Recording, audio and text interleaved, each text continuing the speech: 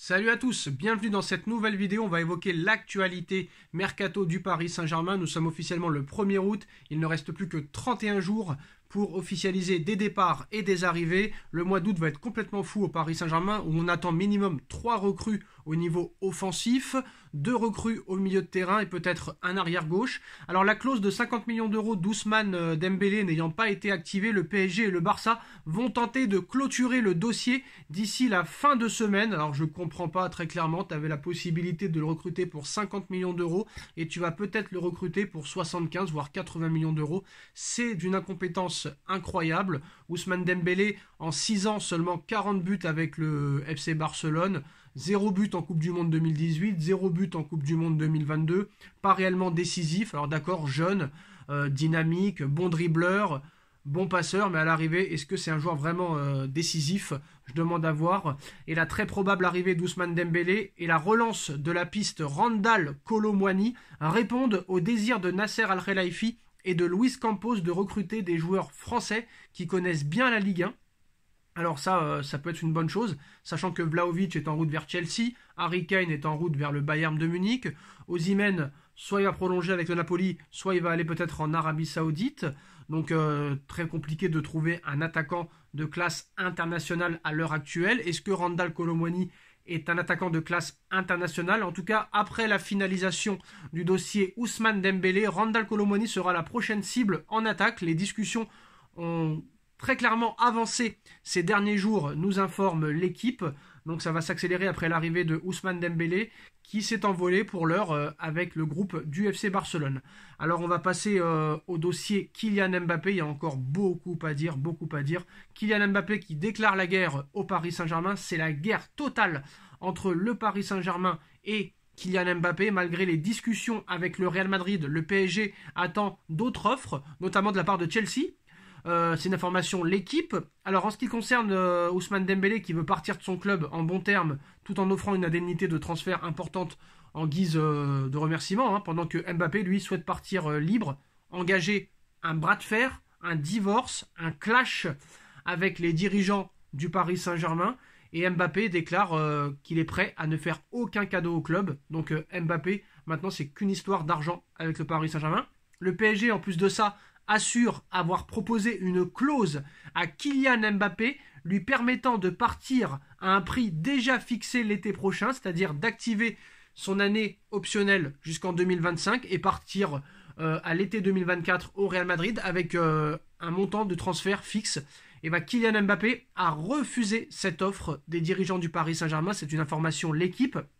L'équipe nous apprend aussi que Kylian Mbappé est très en colère et très fâché contre les dirigeants du Paris Saint-Germain au vu de sa situation contractuelle. Il ne voudra faire aucun cadeau au Paris Saint-Germain. Donc voilà, la guerre est complètement déclarée. Maintenant, on va voir ce qui va se passer.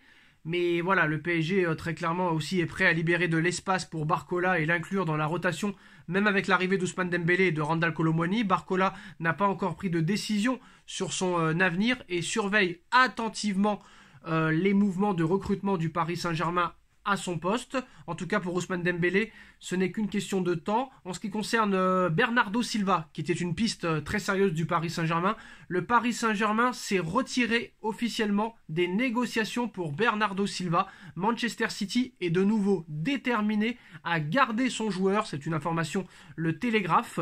Donc maintenant, ça peut être la guerre aussi entre le PSG et le Barça, le PSG et le Real Madrid, le PSG qui voudrait peut-être aussi déposer plainte contre le Real Madrid parce que le Real Madrid discute avec Mbappé depuis maintenant plusieurs mois alors que Mbappé venait de prolonger au Paris Saint-Germain, que Mbappé était sous contrat avec le Paris Saint-Germain. Ça ne passe pas du côté du PSG et plus les heures passent et plus Kylian Mbappé se rapproche quand même d'un départ du Paris Saint-Germain. Impensable qu'il reste toute l'année sans jouer au football.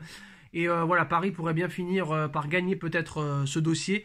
Et Mbappé pourrait bien finir par rejoindre le Real Madrid, même si le club espagnol fait durer le suspense. Le PSG voit son mercato bloqué depuis quelques semaines. La mise à l'écart de Mbappé n'est pas anodine pour le Paris Saint-Germain, qui sont déterminés à vendre leur crack de 24 ans. Il faut dire que ce dernier refuse de prolonger son contrat et souhaite partir libre en juin 2024. Impensable pour sa direction, qui est prête à étudier toutes les offres. Et selon certaines indiscrétions en Espagne, le PSG a fixé un prix XXL au Real Madrid pour lâcher Kylian Mbappé, 250 millions d'euros, mais tout le monde n'est pas d'accord sur ce montant. Le Real Madrid gère tranquillement le dossier. Selon les informations de Defensa Central, le Real Madrid va bel et bien passer à l'offensive et à l'action pour recruter Mbappé dans les prochains jours, mais les merengues ne sont pas pressés et savent que le temps joue en leur faveur, raison pour laquelle les Espagnols essaieront de faire baisser le prix demandé par le Paris Saint-Germain. Dans ce dossier XXL, un intermédiaire du Real Madrid est chargé de mener les négociations, que ce soit avec Paris ou bien le clan du joueur. L'objectif est d'arriver à faire venir Mbappé pour le prix le plus bas possible et finir par faire céder le Paris Saint-Germain. Des négociations vont se poursuivre dans les prochaines heures. Au PSG, on se montre pour le moment sûr de ses forces, assez confiant. Dans la tête du Paris Saint-Germain, il est impensable que Mbappé reste une saison sans jouer au football, sachant que si Mbappé ne veut pas partir ou si Mbappé ne veut pas prolonger, Mbappé sera hors de l'effectif toute la saison et ne jouera pas au football. Donc peu de choses pourraient se passer dans les prochains jours, mais en fin de semaine, parce que là ce qu'il faut savoir c'est que le 1er août, Mbappé va toucher cette prime de fidélité, même si le Parisien affirme que cette fameuse prime ne sera validée que le 1er septembre, au lendemain de la fin du mercato. Ensuite, tout le monde devrait y voir plus clair, même si dans l'histoire, c'est bien le Paris Saint-Germain qui se retrouve bloqué sur ce mercato. Et Luis Enrique commence apparemment à s'impatienter, lui dont l'effectif compte de nombreuses carences, voilà, notamment offensif et au milieu de terrain, comme on a pu le voir et constater lors des 2 premiers matchs amicaux. Donc maintenant, ça va s'accélérer à partir de la fin de semaine. Donc peut-être que demain et après-demain, il ne se passera pas grand-chose. Mais en fin de semaine, très clairement, Florentino Pérez pourrait pointer le bout de son nez et faire une première offre au Paris Saint-Germain. Donc ça va être une guerre des nerfs très clairement jusqu'à la fin.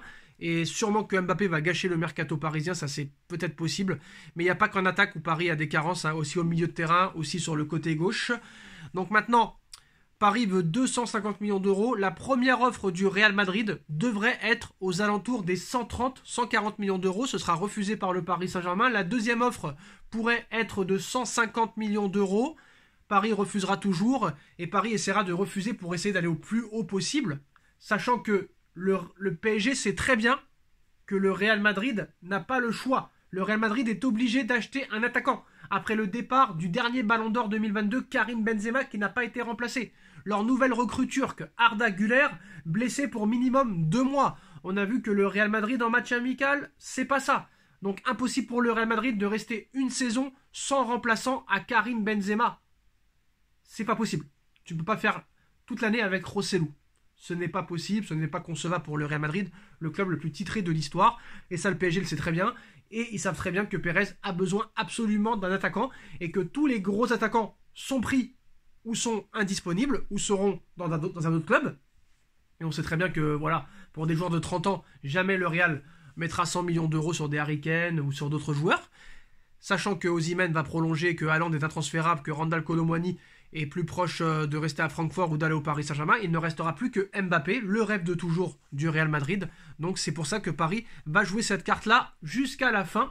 On verra, mais Paris attend minimum 200 millions d'euros pour lâcher Kylian Mbappé. On verra ce qui va se passer. Dites-nous en commentaire ce que vous en pensez. On like, on partage, on commente, on s'abonne. Et on se retrouve très vite pour une nouvelle vidéo. Tchuss.